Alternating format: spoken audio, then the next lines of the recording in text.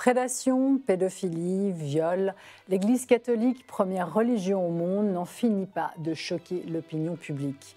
Dernier scandale en date, les révélations du rapport Sauvé sur les cas d'abus sexuels en France au cours des 70 dernières années, 330 000 victimes, toutes mineures. La France, après les États-Unis, l'Irlande et l'Allemagne, ailleurs on ne sait pas trop, vu qu'à vrai dire on ne cherche pas du tout, ou du moins pas assez. Et décidément, cette Église catholique, hyper rigide en matière de mœurs, a bien du mal à sa gestion de la sexualité, trop fermée, trop masculine, trop conservatrice aussi.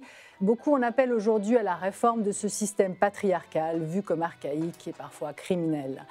Mais l'Église a-t-elle réellement la volonté de changer? A-t-elle même intérêt à le faire? C'est ce dont on va débattre ce soir dans Le Point, avant de retrouver, comme chaque semaine, le point de vue décalé, lui, d'Alexandre Kominec.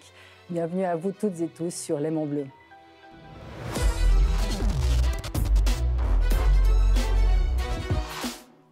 Et bienvenue à nos invités. Ce soir, autour de cette table, Charles Morero, Monseigneur, bonsoir. Bonsoir, madame.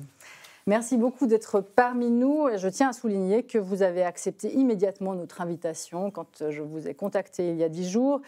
Je le dis d'autant plus volontiers que votre situation ici ce soir n'est pas ultra confortable. En tant que représentant de cette Église catholique dans la grande tourmente, vous êtes évêque de Lausanne, Genève et Fribourg et vous avez présidé la conférence des évêques de Suisse entre 2016 et 2018. Et vous êtes aussi confronté depuis quelques années aux révélations successives d'abus sexuels dans votre diocèse, un phénomène dont ne mesure sûrement pas encore toute l'ampleur chez nous. Alors justement, pourquoi ce retard, Charles Morero? Pourquoi la Suisse n'a-t-elle pas encore produit d'enquête à l'ampleur de celle que vient de produire la France ?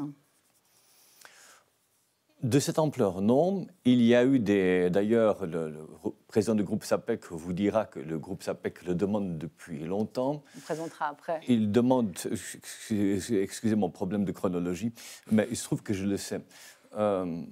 Le groupe SAPEC avait aussi demandé qu'on fasse une commission d'enquête indépendante et je dirais qu'on a fait les choses un peu en sens inverse. On a commencé par inviter les gens à venir parler. On a eu des enquêtes historiques, soit celle des sœurs d'Ingenball, soit celle des moines d'Einsiedeln, soit dans le canton de Fribourg, une étude sur un institut appartenant à mon diocèse. C'est des enquêtes partielles. On a procédé en sens inverse et je l'observe. Effectivement, on a du retard dans ce domaine, c'est vrai, ce n'est quand même pas qu'on n'ait pas du tout fait d'études de ce genre-là.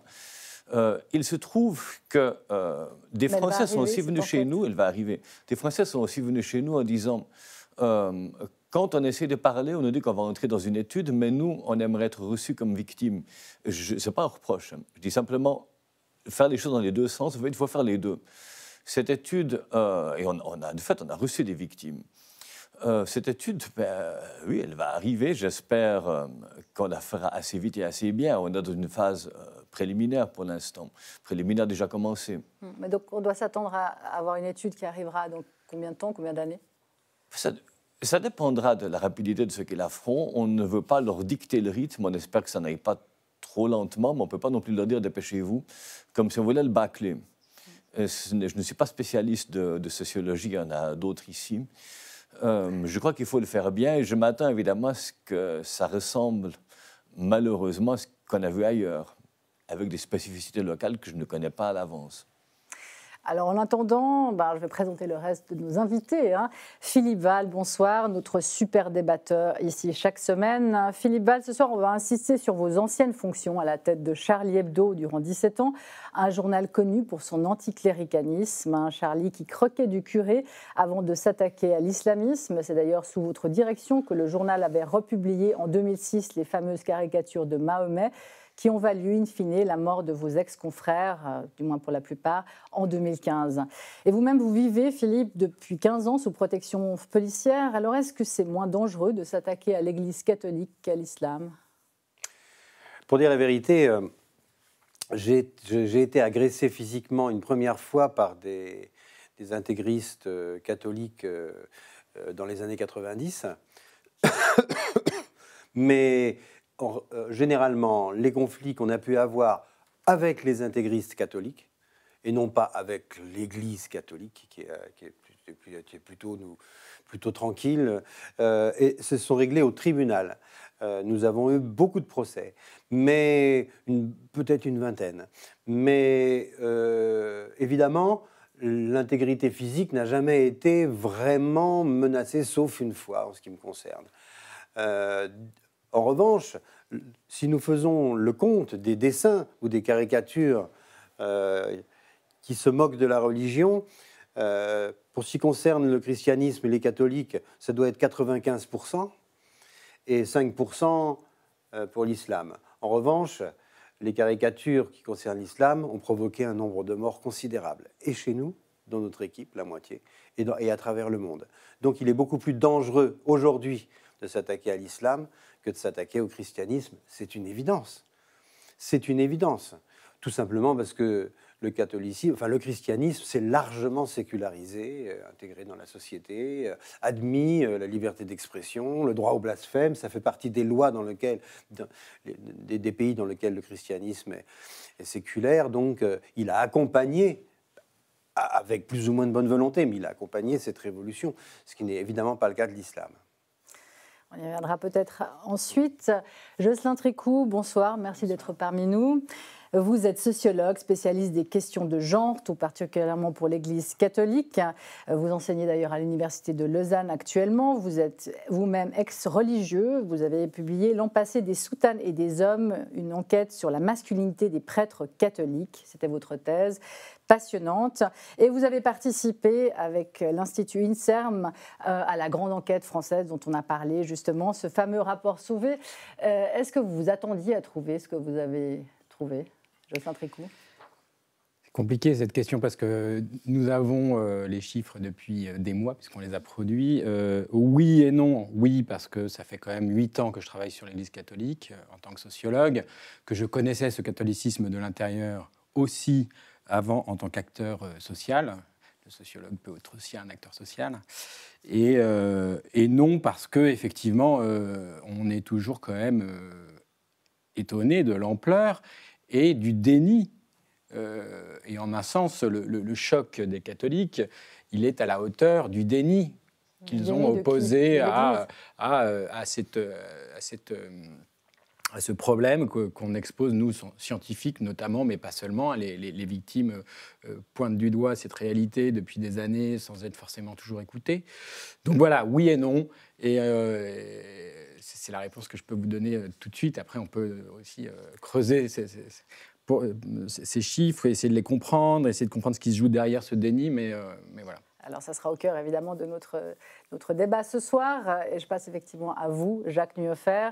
Bonsoir, vous êtes docteur en psychologie. Votre éclairage de psy nous sera sûrement utile, mais c'est en tant que représentant des victimes que vous êtes là. Hein. Vous présidez le groupe SAPEC, l'association de soutien aux personnes abusées dans une relation d'autorité religieuse, une association à travers laquelle tout a démarré en Suisse en 2010.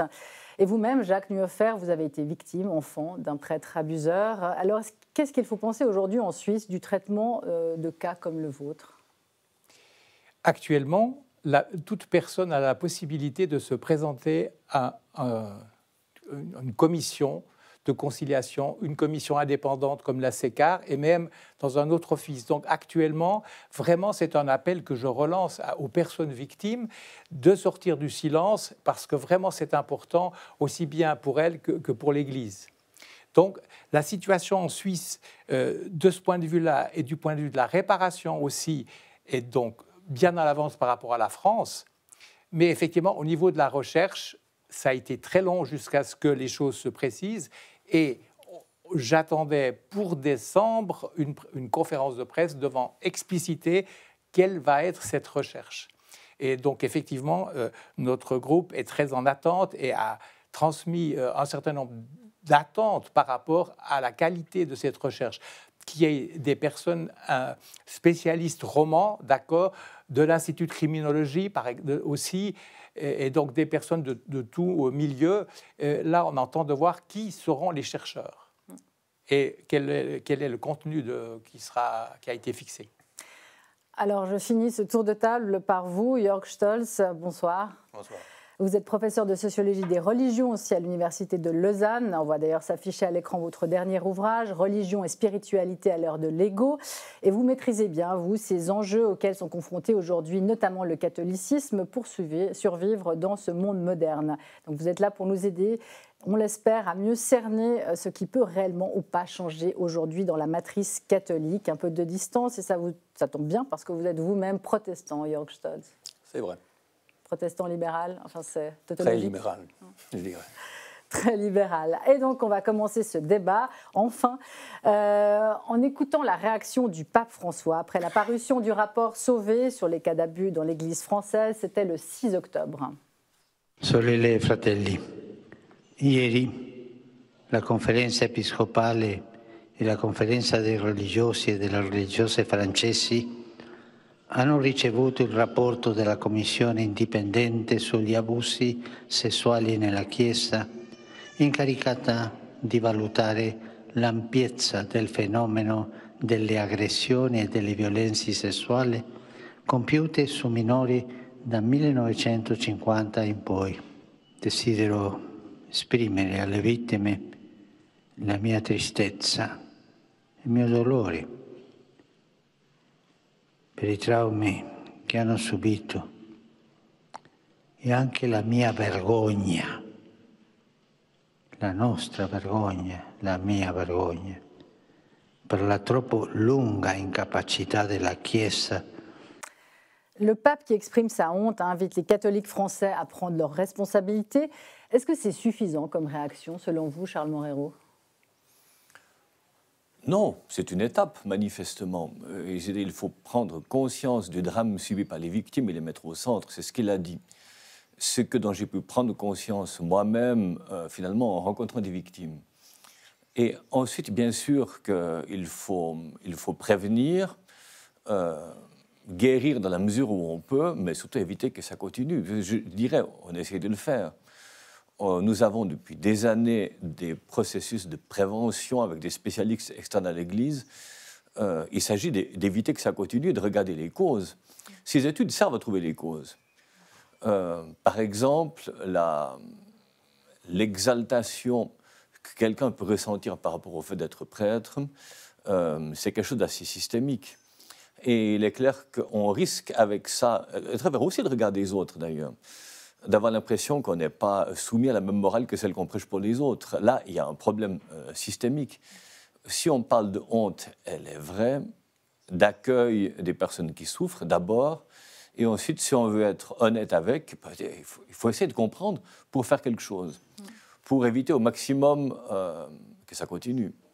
Alors, ces causes, on va y venir, on va y débattre, mais j'aimerais juste avoir votre réaction, Jacques Nuhofer, quand vous entendez le pape qui, de façon successive, redit sa honte, c'est suffisant. Je reste froid, je dois dire. Vous savez que c'est en 1962 que les papes a affirmé la reconnaissance des abus sexuels dans l'Église. Et qu'est-ce qui s'est vraiment passé depuis, globalement? En Italie, c'est là qu'il y a encore... c'est pire qu'en France au niveau de la reconnaissance des victimes, qui ne sont vraiment pas aidées, pas soutenues. Donc effectivement, je veux dire, c'est des paroles, je pense que c'est important qu'il ait prononcé, mais vraiment, l'important, c'est que quelque chose évolue au niveau des causes. Et ce qui m'a frappé le plus, c'est que dans ce qui est prévu pour le synode, tous les sujets où il faudrait vraiment évoluer ne sont pas vraiment compris dans les évolutions possibles. Mais il y a une des causes aussi qui est au centre d'ailleurs du rapport Sauvé, Jocelyn Tricou, c'est la frustration sexuelle. D'ailleurs, le rapport le dit, il semble que les agressions sexuelles résultent ainsi davantage d'un contexte personnel défaillant, solitude, frustration sexuelle, recherche d'affection, dans un environnement favorisant qui donne à l'agresseur un sentiment de protection et d'impunité totale en cas de défaillance. Donc, impunité et frustration sexuelle, est-ce que ça, pour l'instant, on s'y attaque à ces deux problèmes-là aujourd'hui ? Oui, alors, il faut bien distinguer dans le rapport, et c'est la force de ce rapport, c'est qu'il y a le travail de la commission et en amont, il y a le travail des chercheurs. La commission a eu cette bonne idée de se dire on va s'appuyer sur des travaux de recherche. Donc, il y a eu 3 équipes, histoire, sociologie, anthropologie, et Pour ma part, j'ai travaillé sur la question sociologique. On a travaillé à partir de la parole des victimes. Donc, tous les 1600 personnes qui ont répondu à l'appel à témoignages ont répondu à un questionnaire. On en a interviewé 70 de manière approfondie. Puis, on a complété ça parce qu'on sait que tout le monde ne parle pas ou ne va pas répondre à un appel à témoignages de ce genre. On a complété ça par une enquête en population générale. Donc moi, je ne peux pas tellement m'exprimer sur la question de la frustration parce que ça c'est côté agresseur. Ce que je peux dire, c'est qu'effectivement, et vous le pointiez du doigt, la situation dans laquelle se situent les prêtres, du fait des normes imposées par l'Église, les positionne effectivement dans une situation où ils peuvent se sentir tout-puissants, se sentir maîtres des corps de ceux auxquels ils sont confiés, et en toute impunité. Ça, c'est évident, c'est ce que nous racontent les victimes qu'on a interviewées, avec tout un tas de mécanismes d'emprise, d'instrumentalisation de cette sacralité du prêtre, de cette vocation du prêtre. Puisque moi, je suis élu de Dieu, quand je t'appelle, toi, victime, tu es élu aussi. Et c'est pour ça que je me permets de faire ça avec toi. Voilà, des choses comme ça qui jouent. Ce qui est important de comprendre, c'est qu'avec ce rapport, l'idée très longtemps avancée par un certain nombre de catholiques sur un mode défensif qui était c'est des brebis galeuses parmi un système, où c'est des gens qui se sont introduits dans le système clérical pour profiter, ne tient pas en fait. Et c'est là où la sociologie, quand vous me demandiez si j'étais étonné ou pas, j'étais pas étonné parce que nous, sociologues, on s'intéresse toujours bien sûr à la question des individus, mais aussi à la question de qu'est-ce qui facilite structurellement que des individus passent à l'acte. Voilà. Et là, clairement, il y a des structures, notamment parce que ce qu'on montre, c'est que si les violences sexuelles s'exercent dans toute la société, dans tous les milieux, et encore plus dans la famille, là, pour le coup, l'Église, grâce à notre calcul de prévalence, c'est-à-dire du nombre d'abus en fonction de l'exposition des personnes, montre que l'Église, c'est la deuxième institution la plus violente, largement devant l'école, étant la famille, largement devant l'école, les colonies de vacances, le sport, etc. Oui, mais justement, alors, Philibald, ces causes qui sont bien maintenant explicitées, mises sur la table, est-ce qu'on s'y attaque vraiment? Est-ce que l'Église et même l'État prend la mesure de tout ça? Il y a plusieurs choses là-dedans, mais l'Église, elle peut de temps en temps toucher à des choses qui sont dans le dogme ou qui sont vraiment dans la tradition très fortement. Vous parliez de 1962, le pape Jean XXIII, à l'époque, a commencé à s'occuper de cette affaire, puis il est mort. Mais avant de mourir, quand même, il avait convoqué ce fameux Vatican II, où il a pris des décisions absolument incroyables, formidables. C'était un très grand pape. Moi, je ne suis pas croyant, je ne suis pas... Mais je reconnais la grandeur des hommes, et notamment sur la question de l'antisémitisme au sein de l'Église. Et là, comment peut-on imaginer que des hommes à part, moi quand j'étais gosse, on considérait les prêtres, ensuite j'étais dans un collège religieux par la suite même, étaient des personnes hors de l'humanité, au-dessus de l'humanité. On nous inculquait cette culture-là qu'ils étaient ailleurs d'une certaine façon. Et on le croyait, même si on n'était pas croyant. Et ça, c'est évidemment extrêmement préjudiciable à la fois pour les victimes, mais aussi pour eux-mêmes, parce qu'ils n'ont plus cette espèce de surmoi social qui les empêche. Parce qu'un homme, ça s'empêche. Mais quelqu'un qui est autre chose qu'un homme, est-ce que ça s'empêche ? Vous voyez, c'est ça. Et donc, cette histoire de célibat, par exemple, pour les prêtres, il peut se comprendre si c'est un choix personnel, mais si c'est un ordre de l'institution, c'est absolument inaudible aujourd'hui. Les progrès de la psychologie, la connaissance de la sexualité font que tout le monde sait que les pulsions sexuelles sont le lot commun de chaque individu. Donc, il doit pouvoir, avec le reste de la société, en harmonie avec le reste de la société, assumer, dans le respect des autres, ses pulsions sexuelles. Sinon, à sa façon, mais sinon il n'a pas de vie. Le fait de l'en priver par un règlement est quelque chose d'assez fou. Mais non seulement c'est fou, mais ça peut attirer des pervers sexuels.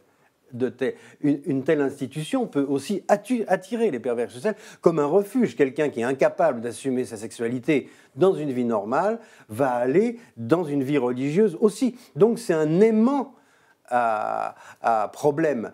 Et puis, là, pour en finir, juste aussi pour dire une chose, c'est que pour l'Église, enfin, une fois de plus, je ne suis pas croyant, mais je peux comprendre que les gens aient besoin d'une spiritualité, de se retrouver au sein de rituels. Ok, mais pourquoi, bon Dieu, faut-il que les religions aujourd'hui, à ce point, s'occupent de sexualité et dictent des règles pour la sexualité, en plus par des représentants qui sont censés ne pas avoir de sexualité. Il y a quelque chose d'aberrant, ça ne tient plus debout. Aujourd'hui, au XXIe siècle, il faut harmoniser ça d'une certaine façon, il faut humaniser ça, il faut séculariser cette histoire de personne ne doit gérer la sexualité des autres. Enfin, encore aujourd'hui, l'Église catholique, elle agit, on le voit dans la Manif pour tous, pour les lois sur l'avortement, la contraception, etc. Il y a encore un problème avec la sexualité non reproductrice. La sexualité non reproductrice est encore un problème pour le pape François. On va y arriver, mais juste avant, j'aimerais entendre justement, est-ce que pour les protestants, qui sont le contre-exemple, hein, on peut se marier, on peut avoir une sexualité même homosexuelle, c'est permis, est-ce que là, il y a moins de cas, à contrario, genre Jörg Stutz? Bon, moi, je n'ai pas connaissance d'une étude qui chiffrerait comme ça des abus chez des protestants. Il y a par contre aussi des abus dans différents groupes religieux, pas seulement les catholiques. Mais je voulais revenir sur la question de qu'est-ce qui est surprenant dans ce rapport. Donc, vous avez posé cette question parce que c'est pas vraiment le fait que il y a ces abus, on l'a vu ça dans des rapports aux États-Unis, au Royaume-Uni, en Belgique, dans plein de pays, on voit toujours la même chose arriver. Ce qui est vraiment nouveau dans ce rapport, c'est que pour la première fois, on peut chiffrer quelle est l'importance de l'Église catholique par rapport à d'autres institutions, par exemple les clubs sportifs, l'art, les vacances. Quatre fois ce qu'on retrouve dans les chiffres qu'on retrouve dans les clubs sportifs. On peut, pour la première fois, on peut dire, bah non, ce n'est pas, on ne peut pas dire ce qu'on pouvait jusqu'à maintenant peut-être dire, que ça arrivait partout. On ne peut pas le dire. Donc c'est vraiment une spécificité de l'Église catholique. Et en plus, on voit que les abus sexuels sont beaucoup plus importants pour les femmes en général. Mais dans l'Église catholique, c'est surtout les garçons pré-pubertaires qui sont visés. Donc on voit quelque chose qui est on mesure pour la première fois sociologiquement quelque chose qui est très spécifique. Mais pour revenir justement à quoi faire maintenant, Jocelyn Tricou, cette question quand même centrale de la sexualité qui est au cœur de cette problématique, manifestement, elle n'est pas abordée aujourd'hui.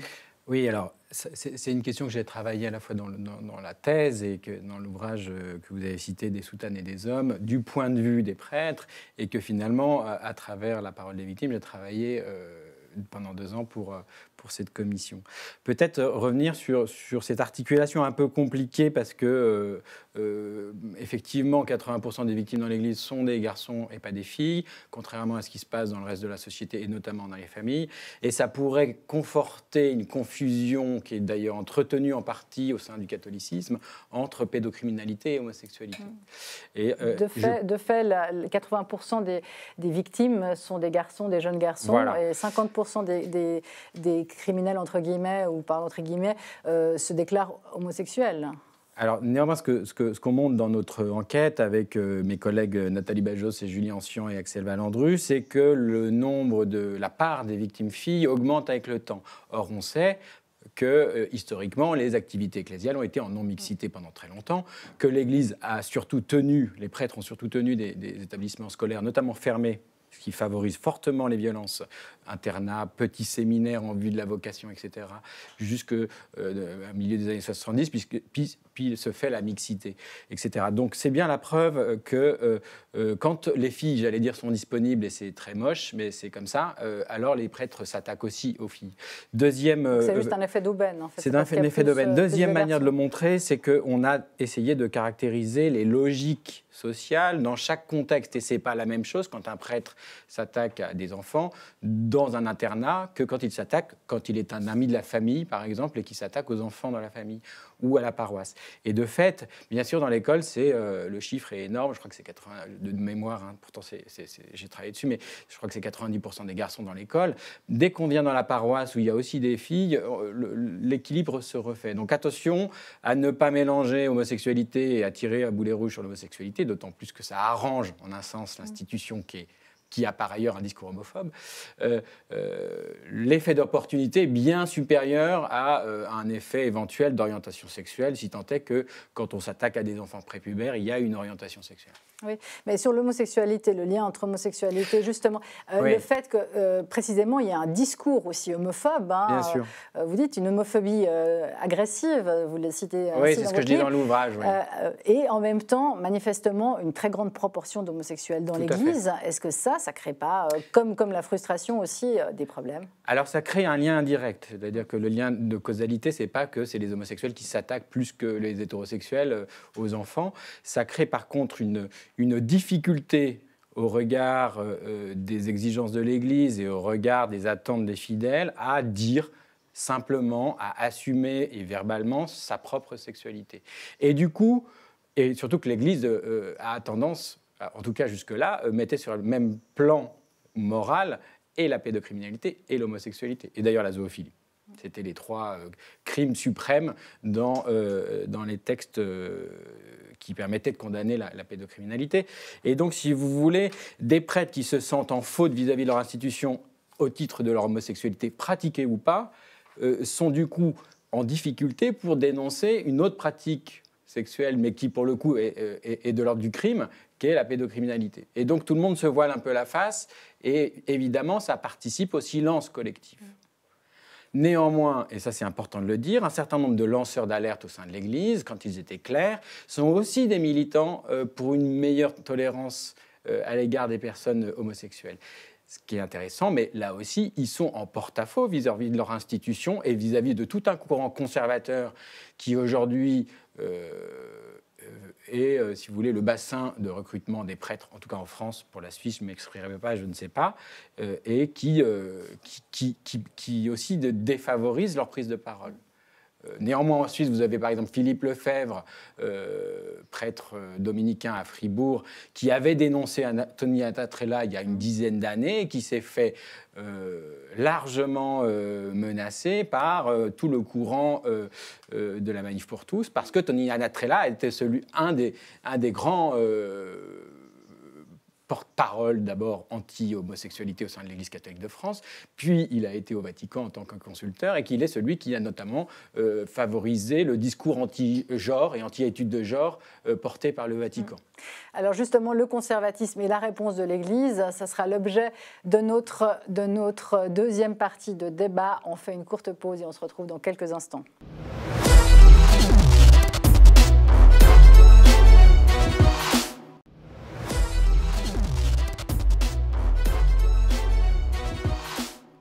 Le point de retour, crime sexuel, l'Église est-elle en mesure de changer les choses? On continue d'en parler avec Monseigneur Morero, Jacques Niehofer, Jocelyn Tricou, Jörg Stolz et Philippe Val. Tout ça, bien sûr, en attendant le point de vue décalé ou pas d'Alexandre Kominec. Et donc, on en était effectivement à cette sexualité qui pose problème. Charles Morero, est-ce que l'Église est prête à entrer en matière aujourd'hui, à avoir une discussion quant aux réformes qu'elle doit faire, notamment quant au célibat des prêtres et autres questions qui ont affaire à ces scandales justement criminels? J'ai entendu ce que disait M. Val, parmi les choses que j'ai entendues, parce que j'entends des questions internationales et des questions françaises et des questions suisses. Par exemple, ça m'intéresserait de savoir quelles études ont été faites dans les écoles en Suisse, parce que je ne connais pas le taux de prévalence. Je me suis renseigné pour trouver. Alors, pour ce qui est du célibat, vous disiez, s'il est librement accepté, c'est une chose, évidemment, on peut ensuite quand même avoir de la peine, c'est assez normal, si j'ose dire. Je pense qu'il est plus librement accepté. Maintenant, me disait quelqu'un qui a fait une étude là-dessus, précisément, mais je ne dis pas qui c'est parce que je ne suis pas son porte-parole. Ceux qui entraient dans les séminaires des années 50 et 60, ou même un peu avant, étaient en quelque sorte amenés sur des rails, avec une pression sociale assez forte. Ceux qui entrent maintenant entrent plus à contre-courant.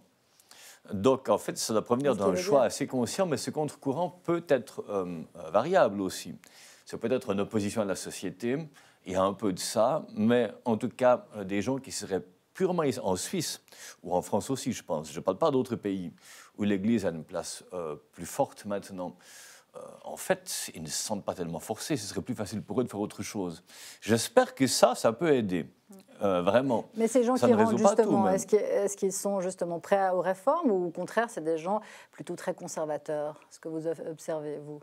Parmi vos fidèles également, quelles sont les réactions auxquelles vous heurtez justement dans le travail de transparence, le travail de réforme que vous essayez d'ébaucher?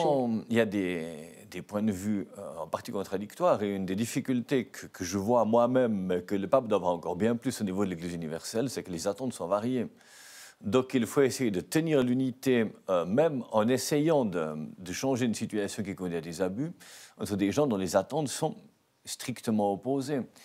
Et ça demande un dialogue interne qui prend du temps, mais qui peut s'accélérer avec des études comme celle-là. Je dirais que ça nous oblige au moins à regarder les choses en face, dans la conscience commune, notamment des catholiques qui sont concernés. Parce que ce qu'on oublie effectivement, c'est que c'est une entreprise mondiale, le catholicisme. Oui. Jörg Stolz, juste, j'aimerais entendre là-dessus. Donc, quelles sont les tendances qui aujourd'hui se dessinent pour que cette entreprise mondiale puisse survivre et puisse même peut-être prospérer? Oui, je pense que c'est important de comprendre que l'Église catholique est une institution mondiale, qu'il y a 1,3 milliard de membres. Donc, si l'Église catholique était juste suisse, avec aucun lien avec d'autres églises, moi je suis sûr qu'il y aura déjà énormément de réformes, il n'y aurait plus le célibat, mais ce n'est pas le cas. Donc l'Église catholique a eu beaucoup de croissance ces dernières décennies, surtout dans des pays peu modernisés, beaucoup plus pauvres. Donc il est clair que la stratégie de l'Église va regarder pas seulement en Europe, et va regarder mondialement qu'est-ce que nous pouvons faire. En plus, si on regarde qui a du succès du côté des membres, c'est plutôt les religions conservatrices et pas les religions libérales. Donc, même chez nous, même ici. Et ça, c'est vrai, même chez nous. Si vous regardez aux États-Unis, par exemple, qui perd tous ses membres, c'est les religions libérales. Qui gardent ses membres, c'est les fondamentalistes. Oui, c'est vrai, on voit effectivement les protestants qui sont très libéraux, qui défendent le mariage pour tous, qui peuvent avoir des pasteurs femmes, et malgré tout, ils perdent sans arrêt des fidèles, Philippe Val. Donc le libéralisme, en matière de religion, c'est pas ça non plus. Les crimes sexuels, apparemment, sont inversement proportionnels au libéralisme. C'est-à-dire que plus les églises sont sécularisées, libérales, en phase avec la société, moins il y a de je ne sais pas si vous avez fait des études sur la question, mais ce n'est pas sûr du tout. Puisque la preuve, c'est que dans notre rapport, attendez, on a fait des études dessus, la preuve, c'est que dans notre rapport, on montre que à partir des années 90, alors même que le nombre de prêtres diminue, même chute en France, alors même que le nombre d'enfants qui pratiquent des activités en lien avec l'Église diminue, ce chiffre stagne, voire augmente. On n'a pas exactement la capacité de dire si notre augmentation est significative. C'est certainement lié aussi à cette question d'une Église inscrite comme minoritaire dans une société sécularisée et qui se transforme en phénomène sectaire au sens sociologique, mais qui peut avoir des dérives sectaires au sens, comme on l'entend, au sens criminologique, et donc avec des prêtres ou des pères de communauté qui sont des gourous et qui ont une emprise sur des adhérents d'autant plus fragiles qui sont dans une logique contre-culturelle et qui subissent des abus d'ailleurs sexuels, mais pas que sexuels, d'ordre psychologique, d'ordre financier, c'est-à-dire qu'ils se font d'ordre d'exploitation. Je pense à ces femmes consacrées dans les communautés nouvelles françaises qui racontent leur épuisement physique à faire du ménage au service, finalement, de ces prêtres pères de communauté gourous. Donc, ce que je veux dire par là, c'est qu'attention aux grandes généralités, le fait que les églises... Bien sûr, mais la part des abus diminue mécaniquement parce qu'il y a moins de monde, mais le taux d'abus est peut-être encore plus important aujourd'hui. Mais sur la question aujourd'hui, une religion, pour avoir du succès, elle ne peut pas être libérale. Ça, c'est quand même crucial pour comprendre. C'est ça le problème. Qu'est-ce qu'on peut changer. C'est ça le problème, c'est qu'il y a une concurrence entre les religions. Je pense que l'islam a une influence très forte, a mis en stress les autres religions. La religion juive, les religions chrétiennes se sont vues menacées par le puritanisme et l'avancée de l'islam, enfin, et se sont radicalisées de nouveau. Maintenant, je voudrais juste... Je suis pas sûr que l'islam est quelque chose en lien avec les violences sexuelles dans l'Église. Non, mais sur la radicalité, sur le conservatisme, non, attendez, j'ai pas dit ça. Je n'ai pas dit ça. J'ai dit c'est quand même notre sujet. Non, le sujet de la question, c'était le conservatisme, le retour à un conservatisme au sein de l'Église. On n'était pas dans les délits sexuels. Bah, c'est-à-dire que les choses sont embriquées. C'est-à-dire que conservatisme dit pas de réforme, dit... Excusez-moi, mais le conservatisme au sein de l'Église catholique date le retour conservateur de l'Église catholique ne date pas du débat en France sur l'islam. Je sais que l'islam est une de vos obsessions, Monsieur Val, mais néanmoins, Jean-Paul II n'a rien à voir avec l'islam. Les refus par Paul VI de, par exemple, libéraliser la règle du célibat n'a pas grand-chose à voir avec l'islam. Et les abus sont massifs avant même qu'on parle d'islam en France. Ça n'était pas la question. Alors, Jacques Niehofer, justement... Votre avis sur... Attendez, là, on va entendre justement Jacques Niehofer. J'aimerais seulement intervenir. Donc, les religions qui donnent un cadre très précis, qui est rassurant par rapport à l'angoisse de la vie et de la mort, justement, répondent à une demande. Et en fait, c'est ça, plus c'est clair, plus le projet de vie est éclairé, plus ces personnes sont rassurées. Donc, moi, je vois cette vision-là... Ça, c'est le psy qui parle. C'est ma perception. Ouais. Mais donc cette tendance aujourd'hui, et Charles Moreiro, ça vous la percevez quand même, cette tendance à se radicaliser parmi vos fidèles, que ce soit en Suisse, mais aussi dans les pays du monde que vous traversez quand même assez souvent? Bon, et il y a une demande effectivement, et il y a une demande qui augmente dans une société sécularisée. On voit le nombre de personnes un peu perdues et inquiètes par rapport à l'avenir et à leur présent, qui ont une recherche spirituelle, et d'autant plus que souvent c'est des gens qui n'ont rien reçu dans ce domaine et qui demandent le baptême comme adulte, par exemple, et de manière assez réfléchie et articulée. Comment faire pour ne pas leur donner une réponse qui va très vite répondre à leurs demandes, de manière parfois un peu simpliste, auquel cas ils viennent et ils repartent, et leur donner les choses en répondant à cette demande effective de sens et d'absolu et d'interrogation par rapport à la mort, sans tomber dans un simplisme. Mais je crois que pour nous, c'est crucial et qu'on doit essayer de le faire. Il est vrai que si on veut avoir du succès vite, on a intérêt à être un peu trop simple, et quand c'est trop simple, on n'a pas de distance critique. Que le rapport Sauvé dit, ça me semble un élément indirectement assez crucial. Il faut permettre aux gens de développer un esprit critique. Mais je pense que pour notre société, c'est vital que dans les débats, et on voit tous les débats, enfin, je ne veux pas parler de Covid maintenant, mais parfois on ne réfléchit plus, mais si on ne réfléchit pas, assez vite, on peut se faire avoir, si j'ose dire. C'est un peu indirect, et je ne cherche pas à éviter de noyer le poisson en sortant de l'eau, je ne sais pas comment il faudrait dire ça, mais comment répondre à cette demande qui est radicale, profonde et qui est une recherche d'absolu, sans que l'absolu soit mal placé, de manière à favoriser des drames. Et j'ai fait partie pendant quelques années de la commission dialogue entre catholiques et anglicans, et j'ai vu ce problème chez les anglicans, parce qu'on en parlait entre nous. Et on voyait bien que les anglicans britanniques ou nord-américains ou australiens étaient extrêmement libéraux, notamment sur la morale sexuelle, et voyaient leurs églises s'effondrer. Pas complètement en Angleterre, à vrai dire, malgré certaines apparences. Dans d'autres pays, un peu plus. Mais il y a eu une fracture entre eux, parce que les anglicans d'autres parties du monde disent « vous n'êtes pas vraiment des croyants, donc on ne vient plus avec vous, littéralement ».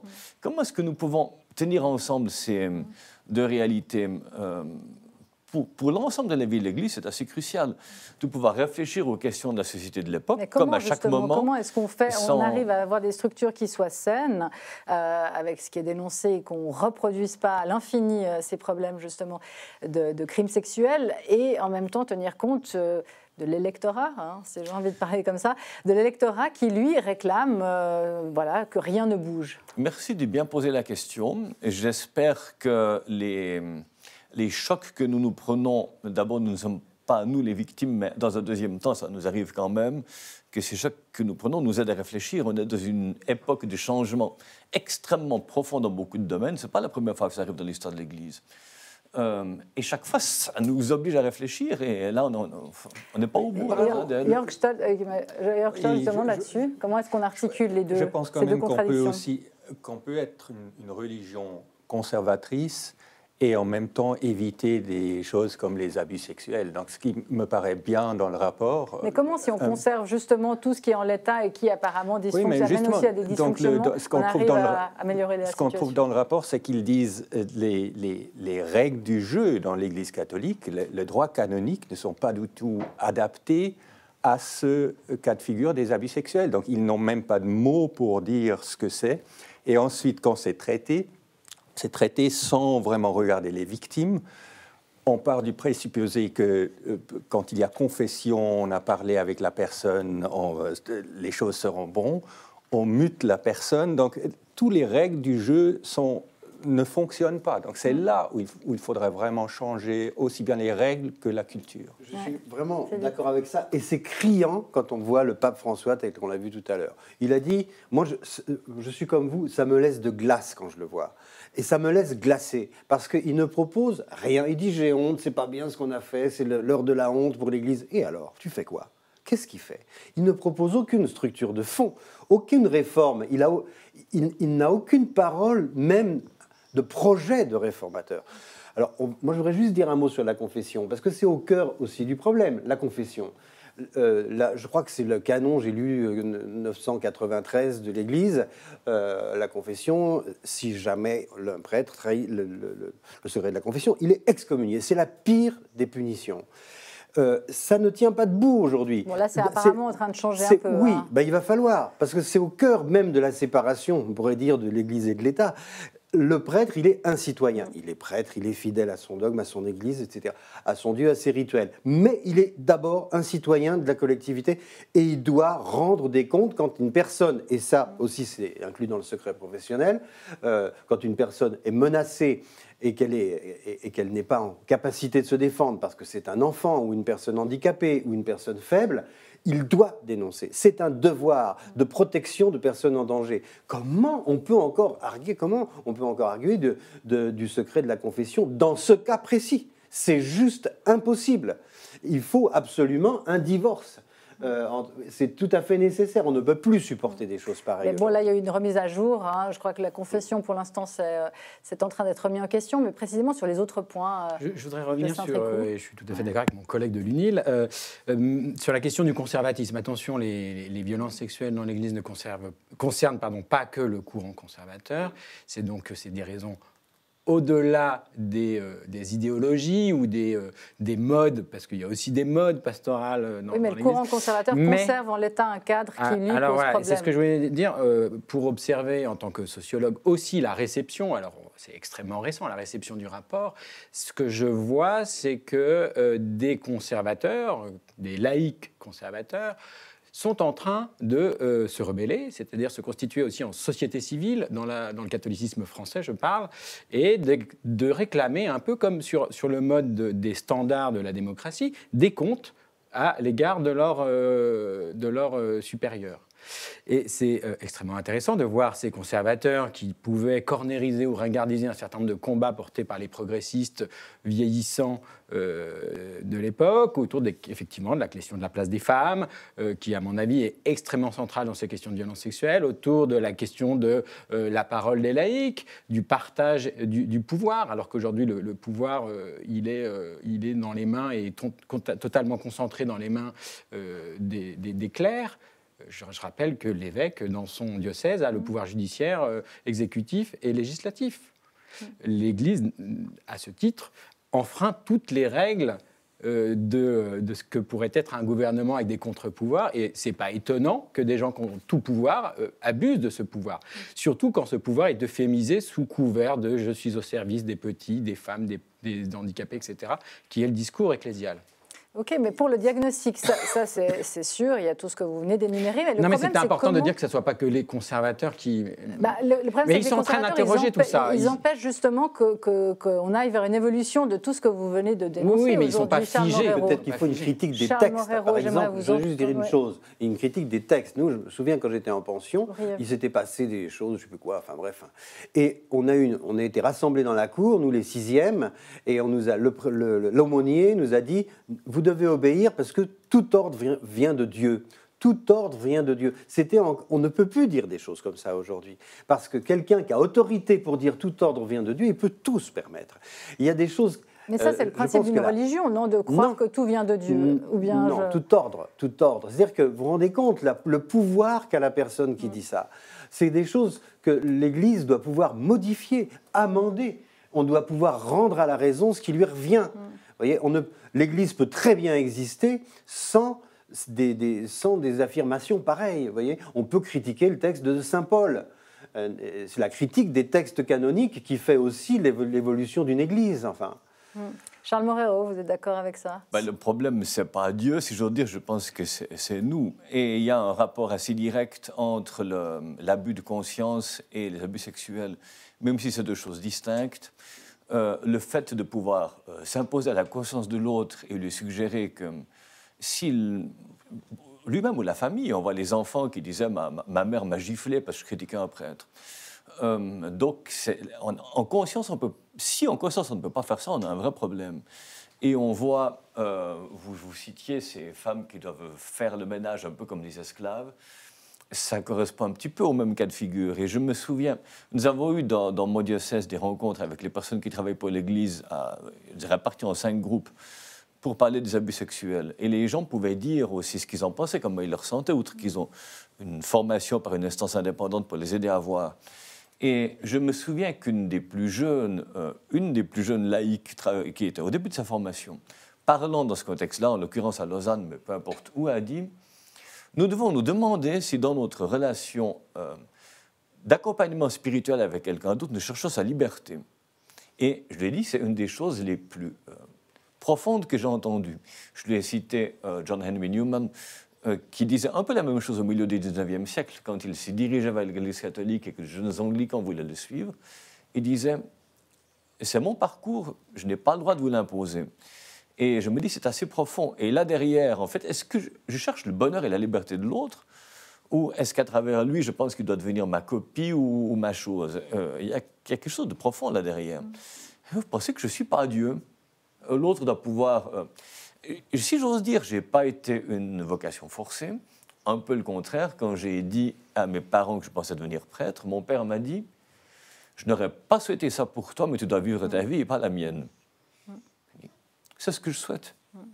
Mais l'institution, Jacques Niehofer, pour conclure peut-être ce débat, est-ce que l'institution aujourd'hui vous rassure dans ce qu'elle a l'intention de changer?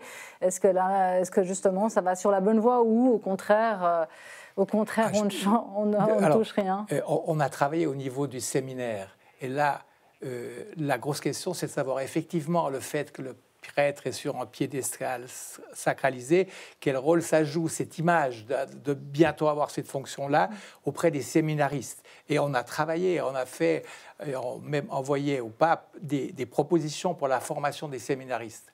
Ceci dit, moi je ne suis pas très optimiste. J'ai fait exprès de vous citer 1962 pour la première prise en compte. Et on voit que, bien sûr, il y a des Monseigneur Moreiro dans tous les coins de France aussi, je pense, et de Suisse, qui font avancer les choses, mais qui ont des collègues vraiment difficiles à faire avancer.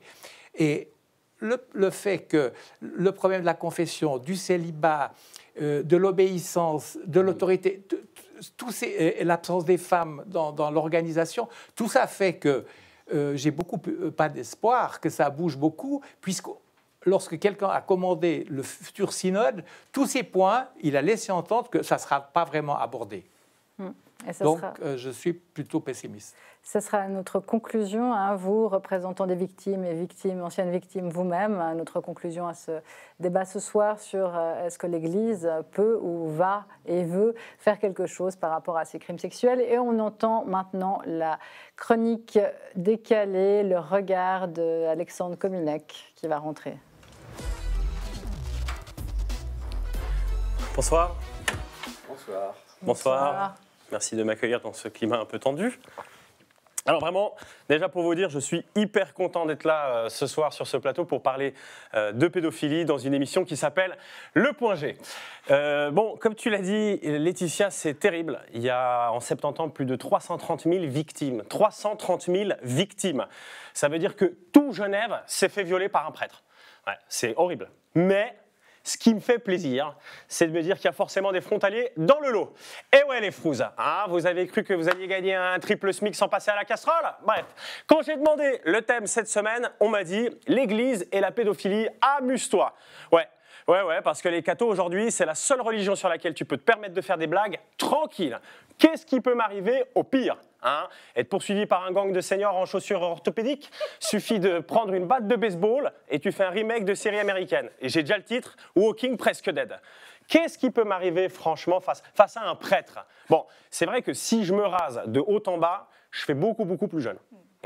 Ouais, parce que j'ai un visage poupon et un pénis taille enfant. Mais ce qui m'énerve, c'est que c'est le prêtre qui se dira violé quand il réalisera que je suce un peu trop bien pour un gamin de 8 ans. Et moi, je serai là, ah, mais pourquoi je lui ai mis la noisette, en même temps, ça fait beaucoup trop professionnel. Bref, c'est pour ça qu'aujourd'hui, j'ai décidé de taper sur les juifs et les musulmans. Voilà, bien plus excitant. Hein, Laetitia, t'as peur, Laetitia, hein? Tu te dis, merde, j'ai ni un bon avocat, ni un gilet pare-balles. Donc arrête tes conneries, Alex. Mais c'est vrai, pourquoi tout le temps se moquer des cathos? Ce qu'il y a de bien avec la pédophilie, c'est qu'elle est donnée à tout le monde. J'ai regardé, et je peux te dire que chaque religion connaît son moment Nutella. Il y a des rabbins pédophiles. Ouais. Bon, eux, tu les reconnais devant les écoles parce qu'ils ne donnent pas les bonbons aux gosses, mais ils les vendent. Ouais. Tu les grilles direct, c'est les seuls qui négocient avec des gamins. Donc, puis c'est plus galère parce que la camionnette blanche, tu ne peux pas la prendre le vendredi soir. Bah ouais, Shabbat, Laetitia. Il y a des pédophiles chez les musulmans. Si tu vois un imam près d'une pataugeoire, il y a peu de chances qu'il soit là pour faire ses ablutions.